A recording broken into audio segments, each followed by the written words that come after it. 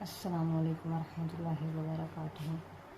उम्मीद करती हूँ तमाम मेंबर्स और तमाम गाइस जो हैं वो ईमान की बेहतरीन हालतों में होंगे। सबसे पहले सबको वेलकम है एजी एंड ऑनलाइन इंस्टीट्यूट में। उम्मीद करती हूँ कि आपको जो हमने पिछले 5 लेक्चर्स में डिलीवर किया आपको वो आपको समझ आ गया होगा। अगर किसी को उन 5 लेक्चर्स के अबाउट कोई भी क्वेश्चन हो तो आप इनबॉक्स में आके क्वेश्चन कर सकते हैं। Today we will start our lecture number 6 which is about parts of speech। हम लोग parts of speech के बारे में बात कर रहे थे।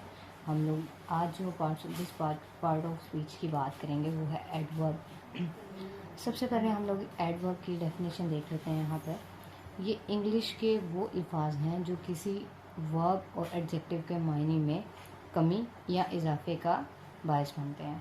मतलब इसमें वो क्या कह रहा है कि ये वो वाले वर्ड्स हैं जो कि एडजेक्टिव जैसे कि आपको बताया था मैंने।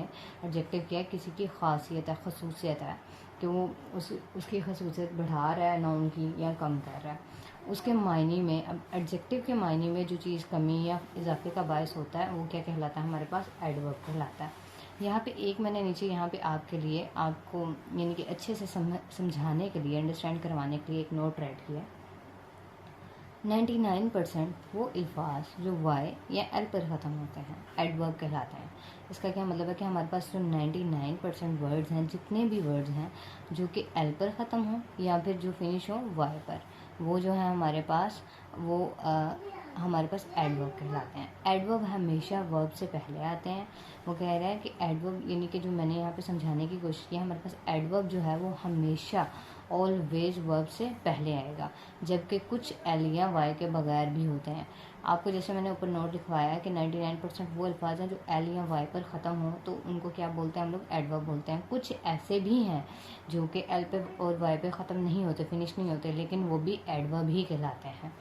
अच्छा, ऑलवेज और ऑफन ये दो एडवर्ब हैं।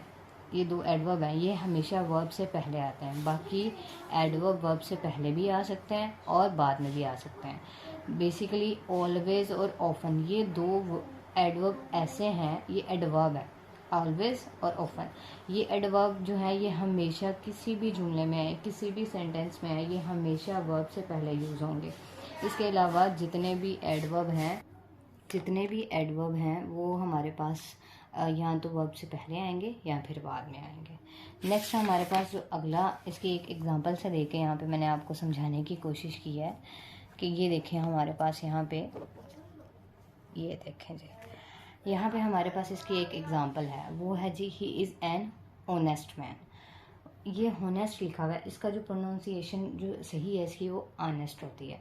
ही इज़ एन ऑनेस्ट मैन, तो हमारे पास यानी कि वो एक ईमानदार आदमी है। अगर यहाँ पे मैं लगाऊंगी he is absolutely honest man, मतलब क्या है इसका कि वो वाकई में एक ईमानदार आदमी है। अब देखें ऑनेस्ट जो है ये हमारे पास वर्ब की फॉर्म है, ये हमारे पास वर्ब यूज़ हो रहा है। अब हमने एब्सोल्युटली एक एडवर्ब है वो हमने वर्ब से पहले लगाया। जैसे कि मैंने आपको बताया था कि कुछ ऐसे एडवर्ब्स हैं जो कि हमारे पास वर्ब से पहले आते हैं और कुछ ऐसे हैं जो बाद में यूज़ करते हैं। सेकंड एग्जांपल है इसकी, शी स्लीप्स इन द क्लास, मतलब वो क्लास में सोती है। और यहाँ पे देखें she always स्लीप्स in the class. Sleep जो है हमारे पास वो वर्ब है और वो हमारे पास देखें मैंने यहाँ पे एडवर्ब जो यूज़ किया है वो ऑलवेज है, तो वो हमारे पास ऑलवेज, और मैंने आपको पीछे जो है गाइड किया है कि ऑलवेज और ऑफन ये दो ऐसे एडवर्ब हैं जो हमेशा हमारे पास वर्ब से पहले यूज़ होते हैं।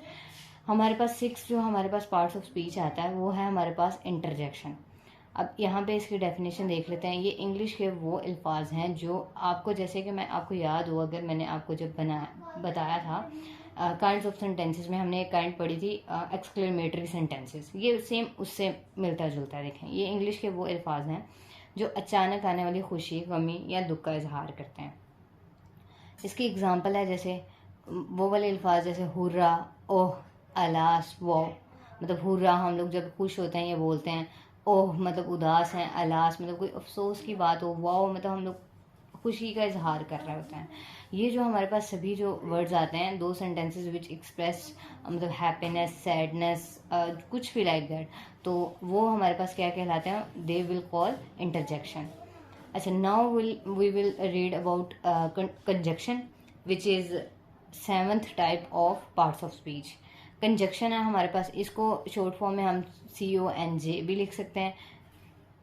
ये इंग्लिश के ऐसे अल्फाज हैं जो एक फ़िक्रे को दो अल्फाज, दो सब्जेक्ट्स या दो नाउन्स को दो मुख्तलिफ फ़िक्रों में पार्टिसिपल क्लॉज और सब ऑर्डिनेट से जोड़ने का काम करता है।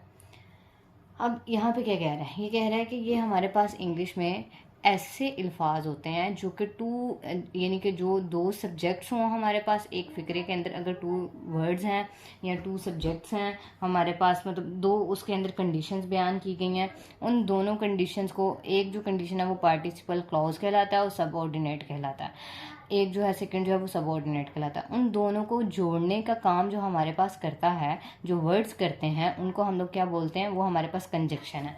यहाँ पे मैंने इसकी एक एग्जांपल देकर आपको, here we will see the example. ये देखें, यहाँ पे मैंने आपको एक इसकी एग्जांपल दी है। एग्जांपल क्या है हमारे पास, if you polish my shoes then I will iron your clothes. It means कि अगर एक काम तुम करोगे, तो इन दोनों लाइंस को हमारे पास जोड़ने के लिए क्या वर्ड यूज़ हो रहा है, then. So in this case, मतलब in this line, in this sentence, then is called as conjunction। हमारे पास जो then का वर्ड यूज़ हो रहा है वो हमारे पास, हम किसके लिए यूज़ कर रहे हैं कि वो हमारे पास कंजक्शन यूज़ हो रहा है, ठीक है। then, जैसे then हो गया, so हो गया, that हो गया, ये सभी जो वर्ड्स हैं हमारे पास ये एज अ कंजक्शन यूज़ होते हैं। Last parts of speech, now we will move last parts of speech which is preposition. ये बहुत से लोग ऐसे हैं जिन्होंने प्रपोजिशन के बारे में सुना होगा, ये बहुत इजी होता है। ये इंग्लिश के ऐसे अल्फाज हैं जो किसी सब्जेक्ट का ऑब्जेक्ट से तल्लुक़ वाज़ह करते हैं या दो नाउन्स को आपस में जोड़ते हैं और इनकी पोजीशन वाज़ह करते हैं। इसका क्या मीनिंग है, मतलब एक हमारे पास सेंटेंस है, the book is on the table, ठीक है।